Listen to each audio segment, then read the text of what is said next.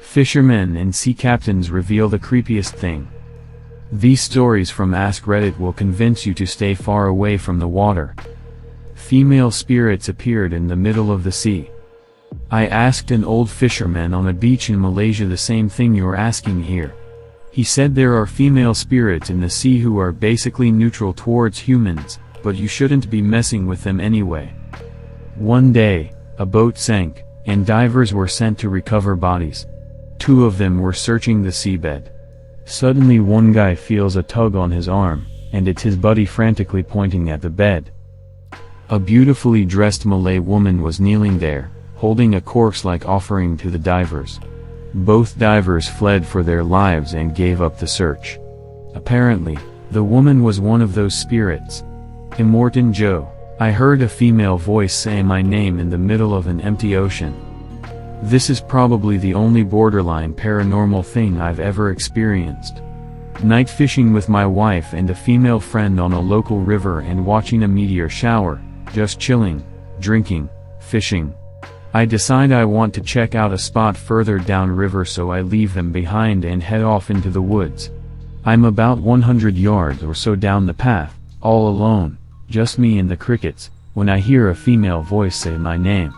Loudly, plain as day, like someone was standing a few feet behind me and was trying to get my attention. I turn around naturally thinking one of the girls followed me into the woods, but nope, no one there. I am not really a huge believer in the supernatural or anything, but this freaked me the hell out.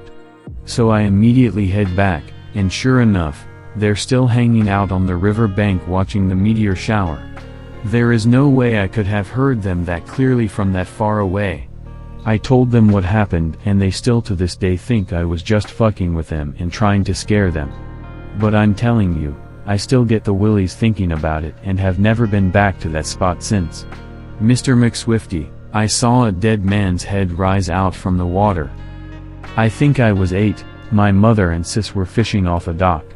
I was a couple of 100 yards south next to the water leaning against a tree. I opened a fish bait bottle and it spilled.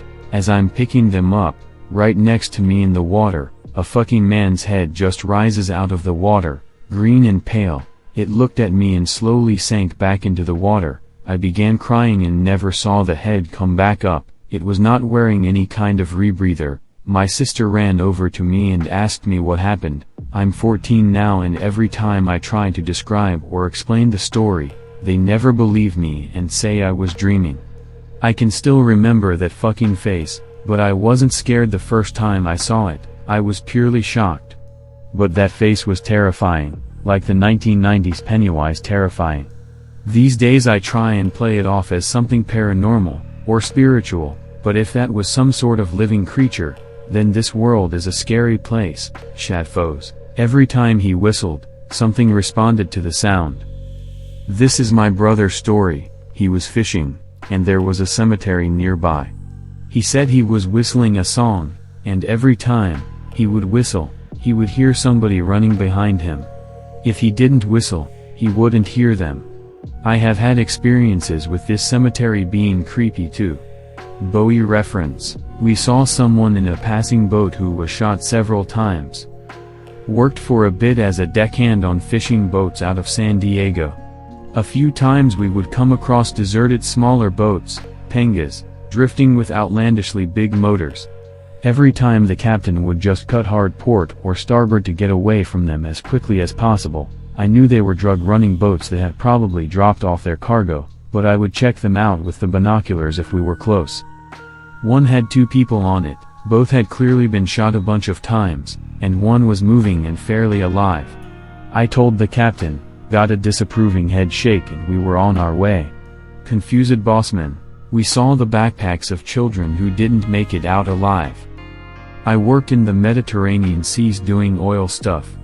Children's backpacks would sometimes float by, along with other miscellaneous debris. This was from refugees usually fleeing Libya who did not make it. There was a murder/suicide of a woman and her 2 children. Not me, but my dad. He was a volunteer firefighter in the early 80s and was scuba certified, so he was a go-to guy for any water retrievals/rescues. My mom told me, as an adult, that he had to respond to a call where a woman had driven onto a lake with thin ice, her 2 young kids in the backseat. Dad had to retrieve all 3 from the vehicle. I'm not clear on the details, but it became apparent that this was a murder-suicide. He doesn't talk much about his time as a firefighter, I think because my brother and I were both really little at the time and the incident shook him. Nukes. My grandfather was saved from an explosion by a paranormal force. My grandfather was in the Navy in World War II in the Pacific. He occasionally, when in a forthcoming mood, whiskey would tell a story of how they were getting attacked and he was trying to get to the other side of the boat. He reaches a doorway to the deck, opens it, and just as he is about to step out he hears someone shout his name behind him. He stops and begins to turn around, and an explosion goes off just outside the door. He looked behind him to thank whoever called his name, but no one was there. That shook him up more than the bombs. Emisco. My close friends were eternally lost at sea. A few years back my friend's boat was hit by a rogue wave and almost everyone on board was lost at sea, including one of my best childhood friends. Fucked me up pretty good, and made me question my own life and relationship to risk, mortality, etc. Fast forward some years later, I was sitting out on a random bluff looking out at the Pacific in the general direction of the accident, thinking my thoughts, when an older man walked up. I was in a pretty secluded spot and was generally trying to put out the vibe I just wanted to be left alone, but he just launched into how he found a body down on the beach below us a few years back and how difficult it was getting the boat in there, etc. He asked me when I was leaving again and I told him I was done with rolling the dice and planned to chill. He chuckled and said I just didn't know it yet and that I was similar to him and that we had to roam, wander, explore, and push our limits. I tried to call his bluff and asked where he was going next, and he immediately with all seriousness replied he was going to sail to Indonesia on a daily raft/canoe. We ended up chatting for maybe an hour about all sorts of shit, but most were just an older man mentoring an obviously depressed younger man. I never mentioned the accident, but it felt like he was speaking directly to it the entire conversation. We had been to some of the same places in the Himalayas and generally connected in uncanny ways. One thing in common thing is a coincidence, but at what point is it not? When he got up to leave he said something about how this was probably one of the strangest conversations of my life and walked away. Fartan smile. I have heard the ocean speaking to me. When sailing single-handed I often hear the ocean talking to me, sort of just telling me something is off. A vessel you haven't spotted on a collision course or a reef dead ahead. It's not voices, just this eerie feeling someone is trying to get my attention. My grandfather was a sailor, so I like to think it's him watching over me. Might just be boredom and or sleep deprivation, but that's science and not magic or fun.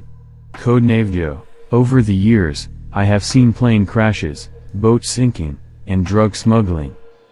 I was a captain of the Miami area for several years and recreationally on the water my entire life. Here's what comes to mind instantly. Being in Miami, we are close to communist Cuba. And from time to time you'll see Cuban rafts, makeshift boats people have made to cross over from Cuba to Florida. It's not an uncommon occurrence, it happens here and there. However, it gets creepy when you start to see the ones that are unmarked. You see, the USEG paints/sinks/burns the rafts when they are found and the occupants are detained and returned home. However, when you find one that isn't painted or burned and without life, you can kind of guess what happened to those people on board while trying to find their freedom. Another one that gave me chills. It was a weekday. Not a lot of other boats in the area. And here we are headed south with a strong, 2 to 3 kilotons, north current when we see a diver frantically swimming to the south, against the current, and losing ground quickly. You see, he had gone on a chartered dive boat and had drifted too far off. He was a good 2 to 3 miles away from his charter boat. We steamed over to the dive boat and they had no idea he was gone. I mean, they would have eventually figured it out, but how far north would he be by them? And furthermore, Why were they diving in 120 with that kind of current? I like to think we saved his life, but who knows? Maybe they would have found him. Saw a small recreational plane crash into the ocean. That was a trip. All the passengers made it alive. Boat fires, boat sinking, drug smuggling, boat chases, helicopter chases. The ocean is a crazy place. Capped heavy, the people at sea were creepier than any sea monster. I was a commercial sockeye fisherman, did 5 seasons off the Alaskan coast, Bristol Bay, northern Aleutian Islands. Other than some really nasty seas and a few strange and still unexplained shapes on the horizon or lights in the sky, by far the creepiest, oddest, weirdest things I encountered at sea were the psycho motherfuckers I worked and lived with. Most of the guys I worked with were stand-up dudes, but there were a handful of real meth-fueled, superstitious ex-cons, or current convicts, hard to say. One creepy fucker we had on our boat in Bristol Bay for only about 4 weeks was prone equals every fucking time he slept, to night terrors. The creepiest part was that he'd say the same thing over and over in his sleep, every time he slept: she's almost here, sometimes holy shit she's almost here, or dude she's almost here, or dude hide, she's almost here, or fuck she's almost here. Didn't have any idea what we were talking about when we asked about what he was dreaming about. Said he never had dreams, didn't ever remember having a dream in his life, or a traumatic experience where some woman was coming to get him. Who knows? Anyway, definitely the people who spend time at sea, they're weirder than any sea monster. Blue gold, moving across the sky. I was a sailor in the Navy working security for submarines on the Puget Sound. Occasionally myself and fellow post standard would see odd lights in the sky moving erratically.